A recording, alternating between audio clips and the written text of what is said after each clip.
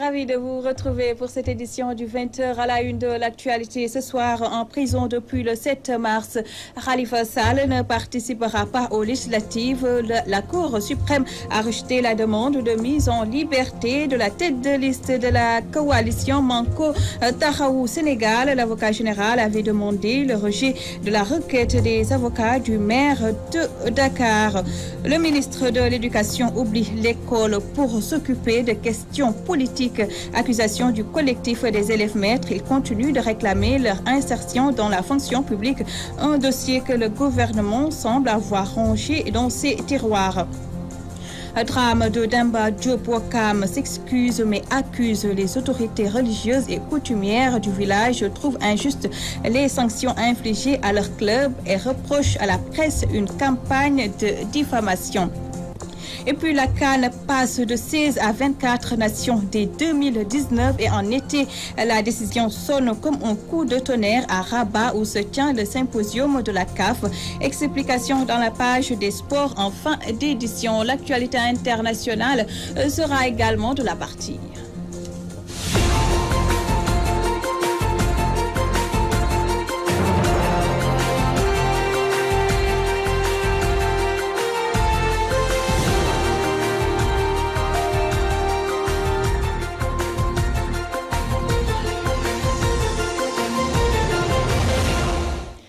Bonsoir et bienvenue à vous tous. Khalifa Ababacar Sall va rester en prison. C'est la conséquence du verdict rendu ce jeudi par la Cour suprême. Elle vient de statuer sur le recours introduit par le maire de Dakar qui sollicitait une mise en liberté provisoire pour battre campagne. La Cour a purement et simplement rejeté la requête des avocats, préférant suivre la demande de l'avocat général. On va y revenir. Voter avec des récépissés ou avec les anciennes cartes d'électeurs. Le débat se pose suite aux lenteurs constatées dans la distribution des cartes d'électeurs. Mais pour les experts, la solution ne peut être que consensuelle si on veut éviter des troubles ou un record d'abstention. Je vous propose d'écouter Ndiaga Silla du CRADE qui s'est confié à Khady Silla. Depuis qu'on a découplé les législatives à la présidentielle, le Sénégal enregistre des taux de participation relativement faibles, à l'exception de 2001, qui avait permis justement d'arriver à 67%. Les deux dernières élections législatives ont enregistré moins de 40%. La remise, comme le dit la loi, de la liste de l'ensemble des électeurs aux listes de candidats, et ça doit intervenir sous le contrôle en fait, donc, de la Sénat. Et d'ailleurs, la disposition, c'est l'article L11, 7e tiré. Qui dit que la Sénat doit veiller à ce que la liste des électeurs, bureau de vote par bureau de vote, soit remise au mandataire de chaque liste et à la Sénat 15 jours avant la date du scrutin. Et ça devrait intervenir depuis le 14 juillet. Mais à cette étape du processus électoral, on ne peut avoir que des solutions consensuelles. Parce que c'est la loi, précisément en son article L53, qui dit que c'est la carte d'identité CEDEAO qui est un lieu de carte d'électeur. Je précise bien la carte d'identité CEDEAO. Donc même si la carte nationale d'identité, sa validité a été prolongée jusqu'au-delà des élections, c'est-à-dire précisément le 30 septembre, cela ne saurait autoriser de facto qu'on vote sur présentation de cette pièce. Donc pour y arriver, il faudrait justement que la classe politique puisse se réunir en se fondant d'abord sur les dysfonctionnements, sur le fait que plus de 50% de la population risque justement de ne pas être dans les conditions pour voter à 10 jours des élections. Retirer sa... Investir les préfectures mardi prochain et exiger des cartes d'électeurs. L'appel est lancé aux Sénégalais par Abdoulaye Wade. Une démarche qui n'est pas partagée par tout le monde. Certains craignant des débordements, même si les centres de distribution sont toujours pris d'assaut. Le constat de Fatou Bintou Diouf. Retirer sa carte d'identité biométrique est devenu un parcours du combattant pour de nombreux Sénégalais. Les préfectures et autres centres de retrait sont prises d'assaut. ñoom dañoo jëlee Ils ont confisqué les cartes depuis lors. Ils n'ont pas respecté la date de retrait. Et je suis obligée de faire des va-et-vient. C'est la troisième fois que je passe pour essayer de retirer ma pièce d'identité biométrique. Mais c'est le même constat. Je rentre bredouille, donc je me déplace pour rien. C'est même les agents de la mairie qui m'ont demandé de venir ici. Mais vous voyez, jusqu'au moment où je vous parle, je ne sais même pas s'ils vont me remettre ma pièce d'identité ou pas. Ismaïla Badji accuse certains politiques de faire du porte-à-porte avec des billets de banque pour promettre à certains de leur apporter leur carte d'identité. Les militants du parti au pouvoir sillonnent dans les maisons pour prendre les noms et prénoms sous prétexte qu'ils vont leur retirer leur pièce d'identité à leur place. Alors, et nous qui ne sommes pas des leurs, comment on va faire pour obtenir notre pièce d'identité? On veut voter comme tout le monde. Et la situation risque d'être plus tendue dans les prochains jours avec l'appel lancé par Wade. L'ancien président demande aux Sénégalais d'aller dans les préfectures pour exiger leur carte. Mais le message ne passe pas chez tout le monde. À mon avis, si cela se produisait, il y aura de la violence. Car si tout le monde se converge en même temps pour essayer de retirer les cartes d'identité, ça risque de créer des scènes de violence et cela ne va arranger personne. En attendant, les Sénégalais prennent leur mal en patience face à la lenteur notée dans la délivrance des cartes, mais chacun espère avoir sa carte avant dimanche 30 juillet. Fatou Bintou Diouf, 2 semaines de campagne électorale et les acteurs du secteur informel continuent d'attendre des propositions sur leur domaine d'activité. Les cordonniers et les tisserands exposent leurs doléances et attendent des solutions de la part des futurs députés. Mamou Gassama est allé à la rencontre. Suivons son reportage. En cette période de campagne électorale, le secteur artisanal est laissé en rade. Les acteurs se disent oubliés par les candidats. Les cordonniers rencontrés évoquent leurs problèmes. Les matériels que nous achetons sont très chers. Les produits que les Chinois fabriquent ralentissent notre travail. Ce sont nos vrais concurrents. Nous sommes laissés en rade par les candidats. Les affrontements et les folklores qui existent dans la campagne ne nous intéressent pas du tout. Le secteur artisanal raconte beaucoup de problèmes et les candidats doivent penser à nous. Ils sollicitent de leur tutelle et futurs représentants du peuple à l'Assemblée nationale un appui conséquent dans leurs activités. Je sollicite aux futurs députés de se préoccuper de notre souci. Et les Sénégalais doivent valoriser les produits locaux.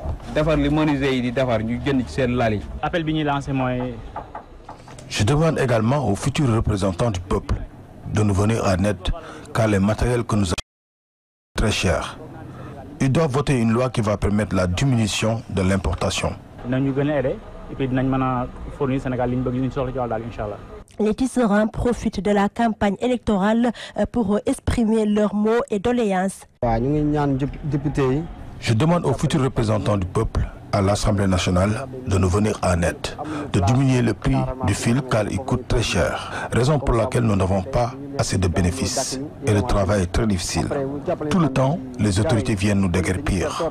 Nous n'avons pas une place fixe. Nous les sollicitons de nous octroyer un endroit spécial afin que nous puissions travailler dans de bonnes conditions. Pour les cérémonies, les Sénégalais viennent acheter des pagnes. Donc, ce métier n'est pas banal. Les Sénégalais doivent valoriser les produits locaux. Cependant, les futurs députés doivent mettre en place des mesures d'accompagnement afin de répondre aux besoins des acteurs du secteur artisanal. La campagne électorale vue par les cordonniers et les tisserands. Nous vous l'évoquions en titre. Les élèves maîtres dénoncent leur non-insertion dans la fonction publique regroupée en collectif et ils fustigent la gestion de leur dossier par le ministre de l'Éducation nationale, Serigne Mbaye Thiam, et soulignent que les autorités étatiques se soucient plus des questions politiques que de l'éducation. Pape Boubacar Kama, leur porte-parole, est au micro de Khadisila. Nous sommes venus ici en sitting. Nous sommes venus en sitting parce que tout simplement, nous avons un problème avec l'État sénégalais. Il nous avait recrutés après avoir éliminé les volontaires de l'éducation. Nous sommes appelés élèves maîtres, c'est-à-dire nous sortons des CRP après 9 mois de formation. Et ils ont recruté avec le baccalauréat. Maintenant, il s'est trouvé que le ministre a dit que l'État avait oublié d'accompagner cette réforme avec des textes juridiques. Donc nous ne pouvons pas intégrer à la fonction publique. Ce qui fait que depuis 4 ans, des collègues sont en train d'attendre leur intégration et ce qui n'est pas fait jusqu'à présent. Nous avons donc épuisé tous les voies de recours. Donc nous nous sommes dit qu'il faut qu'on nous fasse entendre. Nous prions donc à M. le Président de la République avec son ministre de l'Éducation de prendre en charge la question et que les enseignants qui doivent être intégrés le soient avant qu'il ne soit trop tard. Parce que tout simplement, après ce sitting, nous avons un autre plan d'action à dérouler s'ils ne réagissent pas. Nous sommes au nombre de 9000 au moins. Parce que même ceux qui sont en formation sont concernés par la situation. Parce que nous ne pouvons pas concevoir en 24 heures ou bien en 48 heures qu'on puisse faire passer une loi à l'Assemblée nationale alors qu'il y a un décret qui attend sur la table du président de la République et qui ne peut pas avoir gain de cause. Direction Louga, où les populations des villages de Guéou, Ndournabe, Ndiassernabe et Lobboudou Dandemayo dans la rue pour réclamer de l'électricité et de l'eau. Ces habitants dénoncent ce qu'ils assimilent à une injustice dans la répartition du courant dans cette zone située dans la commune de Keur Momar Sarr à Louga, Omar Kairé. Lobboudou Dandemayo, Ndournabe et Ndiassernabe. 4 villages qui vivent toujours dans l'obscurité. Pourtant, le réseau électrique traverse ces différentes localités depuis une vingtaine d'années. Situation que les populations ne veulent plus accepter. Elles sont sorties dans la rue pour manifester leur colère. L'électricité traverse nos villages depuis 20 ans, mais nous sommes toujours dans le noir. C'est inadmissible.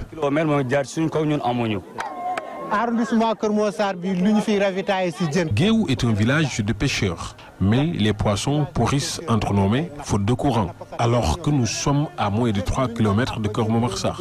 Comment on peut comprendre que l'on saute Guéou et Ndournabe pour servir Lévé? C'est une injustice.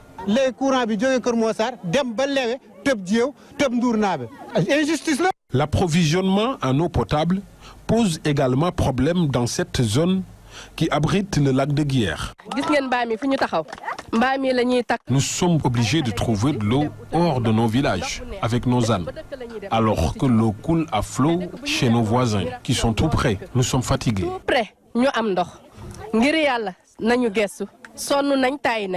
Le bitumage de la piste qui quitte Keur Momar Sarr jusqu'à Lévé fait aussi partie des revendications de ces manifestants. Nous sommes tous malades à cause de la poussière qui vient de la piste non goudronnée.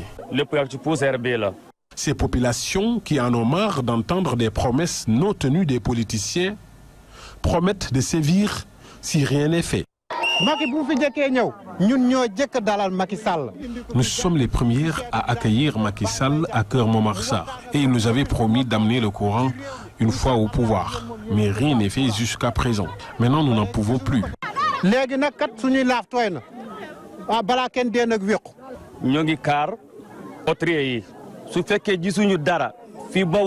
La balle est dans le camp des autorités. Si elles ne réagissent pas, nous allons les sanctionner en votant bulletin nul lors des prochaines législatives.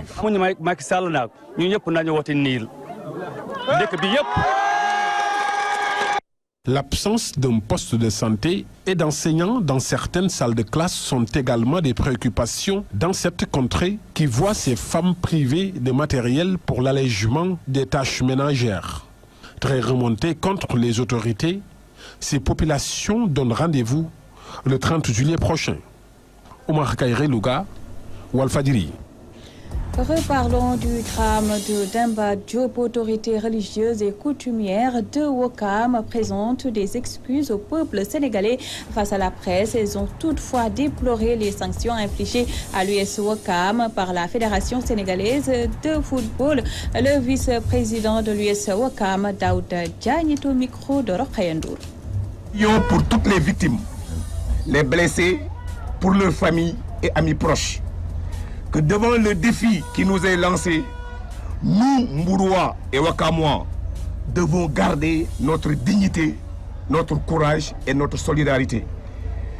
que tous les responsables religieux, coutumiers, politiques et autres mettent toute leur énergie et leur intelligence les populations et à préserver la cohésion sociale. Ce drame nous appelle à rejeter avec fermeté toute forme de haine ou de violence. C'est un appel pour chacun de nous, enfants, jeunes, adultes, à poser des actes de paix, de solidarité et de fraternité. Prions pour le rétablissement rapide des blessés. Prions qu'Allah subhanahu wa ta'ala, dans sa miséricorde, accorde le paradis à ceux qui sont décédés. Donc, nous avons dit que déclaration yenn yu ñuy def nan glacière yi ay xéer ci non ak ay paaka lolu c'est des actes prémédités te rien ne peut justifier cela. Ma suñu am xarma yalla ak mbuur lu ñu mëna autoriser ñuy def ay xéer suñu glacière di def lolu wax ju yaxu la. On passe de 16 à 24 nations dès 2019 et en été, la décision sonne comme un coup de tonnerre à Rabat où se tient le symposium de la CAF. On va y revenir avec Ibrahim Ndiaye. On passe maintenant à l'actualité internationale, une synthèse de Hassan Gueye.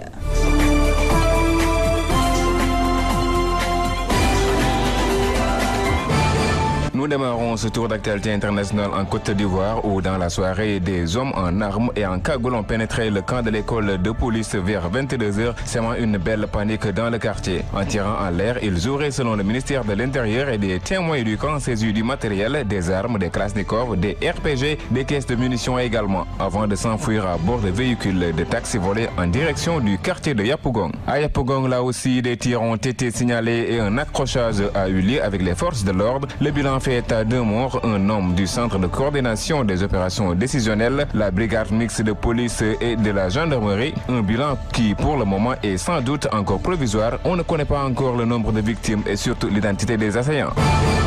Est tombé il y a 1 mois. C'est Donald Trump qui a pris la décision. La CIA a mis fin à son programme de soutien aux rebelles syriens qui combattent le président Bachar al-Assad, a révélé ce mercredi le Washington Post. La raison de cet arrêt, cette aide logistique initiée il y a 4 ans n'a eu qu'un impact limité, particulièrement depuis l'entrée dans le conflit des forces armées russes aux côtés de Bachar el-Assad en 2015, ont confié les responsables américains au Washington Post. Le président Donald Trump a pris cette décision il y a près d'1 mois après un entretien avec le patron de la CIA, Mike Pompeo, et le conseiller à la sécurité nationale, le général McMaster, ajoute le journal. Les États-Unis changent-ils de stratégie en Syrie? Oui, croient savoir nos confrères. Le journal estime que l'élimination de ce programme de soutien aux rebelles syriens reflète l'intérêt du président américain pour trouver des moyens de travail avec la Russie, ainsi qu'une reconnaissance des limites de l'influence de Washington et de la volonté de chasser Assad du pouvoir. Les prisonniers français de Guantanamo ont déposé plainte pour détention arbitraire et torture, ont demandé l'audition en France de l'ex-président George W. Bush et de son ancien secrétaire à la défense Donald Rumsfeld, a-t-on appris ce jeudi auprès de leur avocat William Bourdon. L'enquête judiciaire ouverte depuis 2005 après une plainte des Français Nazir Sassi et de Mourat Benchelali s'est achevée sans qu'aucun responsable américain ne soit poursuivi et le parquet de Paris a requis le 19 avril un non-lieu. Il revient désormais à la juge d'instruction de se prononcer. Nombre d'investigations sont encore aujourd'hui nécessaires pour que la lumière soit faite sur les affaires extrêmement graves subies par mes clients, estime Maître Bourdon, qui a demandé à la juge d'entendre plusieurs anciens hauts responsables américains, dont George W. Bush.